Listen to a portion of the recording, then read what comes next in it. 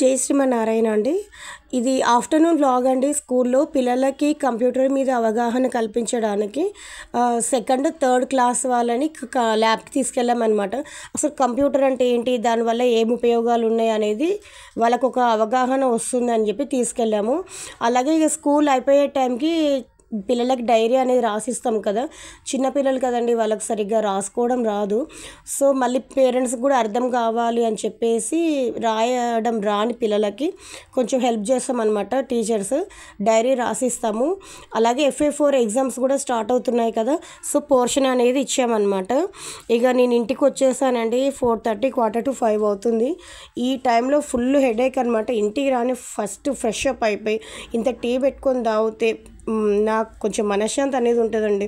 ఎందుకంటే స్కూల్లో పిల్లలతో నడవడము ఇలా అల్లరి ఉంటుంది కదా, సో ఇంటికి రాని కొంచెం టీ పెట్టుకొని తాగేసి ఇక ఆ తర్వాత నా పనిలోకి వెళ్ళిపోతానమాట. ఆల్రెడీ మార్నింగే బట్టలు నానబెట్టి పెట్టాను, పిండుకున్నాను. ఇది మా డాబా పైన మందార చెట్టు అండి. ఎన్ని పూలు పూస్తాయో, అసలు చాలా పూలు పూస్తాయి అన్నమాట. ఇక ఆ తర్వాత మొగ్గలు పూలు చాలా ఉంటాయి. ఇప్పుడు నేను మా ఇంటి పక్కన వ్యూ అనేది చూపిస్తాను. చూడండి ఎన్ని బిల్డింగ్స్ ఉన్నాయో.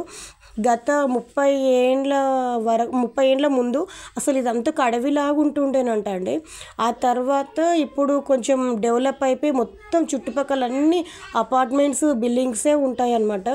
మా లక్కీ అక్కడ ఫోన్ చూస్తున్నాడు, వానికి గ్యాప్ దొరికిందంటే ఫోన్ చూస్తుడే.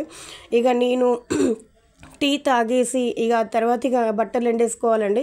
నేను 4-5 దండాలు కట్టాను డాబా పైన. 2 పిల్లలు కైట్స్ గురించి ఎగిరేసుకుంటూ ఆ దండాలను అన్నీ తెంపారనమాట. ఇప్పుడు 2-3 దండాల మీదనే అన్ని బట్టలు అనేది అడ్జస్ట్మెంట్ చేసుకోవాలి.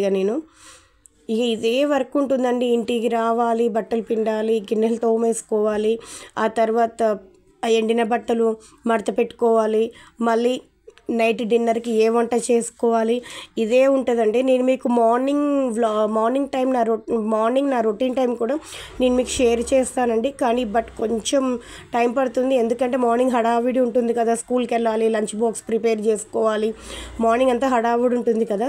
నేను మీకు ఆ రొటీన్ లైఫ్ కూడా నేను మీకు షేర్ చేస్తాను. థ్యాంక్స్ ఫర్ వాచింగ్ అండి.